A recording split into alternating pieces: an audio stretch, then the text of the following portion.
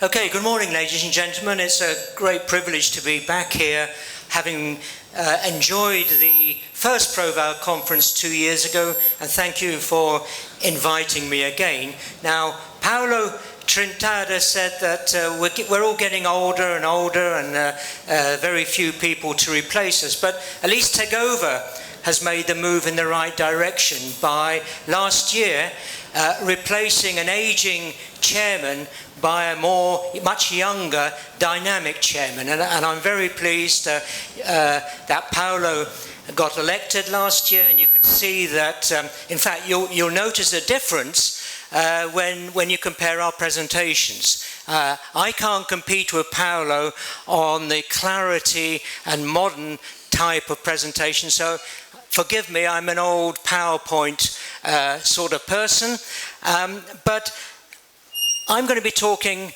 and by the way, I've not retired totally, because I was granted the privilege of becoming the chairman of the European Valuation Standards Board, and I have to say that most of the team within the European Valuation Standards Board is young, much younger than me, and we are now actively working on developing a slimline version of valuation standards, which will be published in 2028. In fact, hopefully the same year as Montenegro becomes a member of the EU. I was pleased to hear the Minister confirm today that the target was 2028.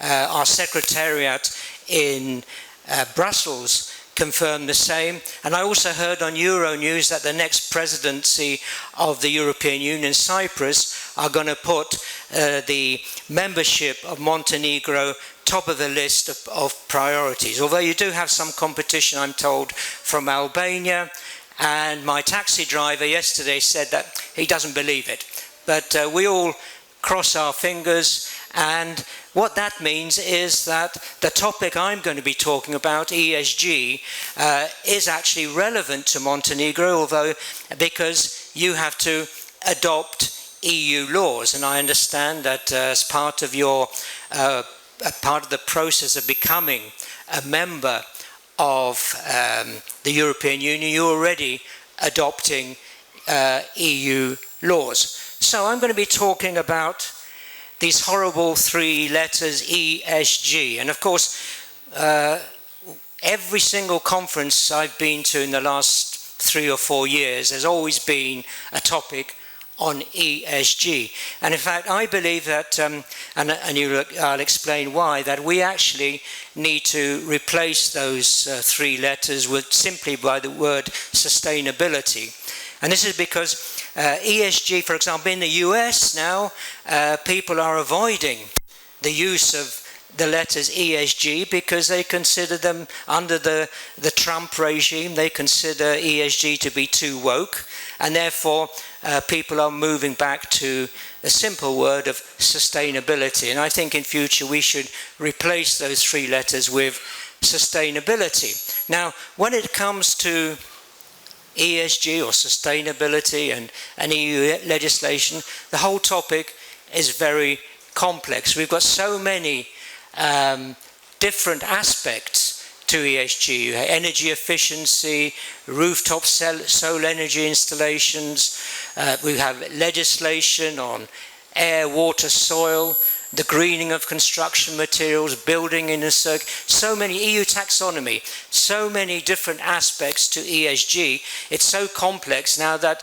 there are universities, certainly in Poland where I'm based, where they're now developing 1-year postgraduate courses in ESG. So complex is the topic. So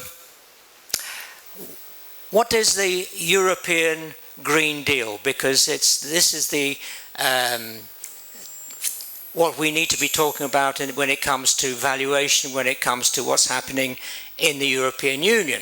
So the European Green Deal is a package of binding EU legislation for the complete decarbonisation of the EU by 2050, and a 55% reduction in greenhouse gas emissions by 2030, and that is compared to 1990 levels. And of course, a number of EU laws, which I shall be coming to, target the building stock, and the buildings are the largest energy consumer, accounting to 40% and indeed 36% of greenhouse gas emissions. So there will be obligations to prioritize the energy efficient renovation of the worst performing building stock. New buildings must be zero emission by, as of 1st of January 2030, and solar energy installations will be required in all buildings except existing residential properties, and that is between 2026 and 2030. So the deadlines for implementing all this are so close that they will certainly cause a rapid transformation of real estate markets and market values.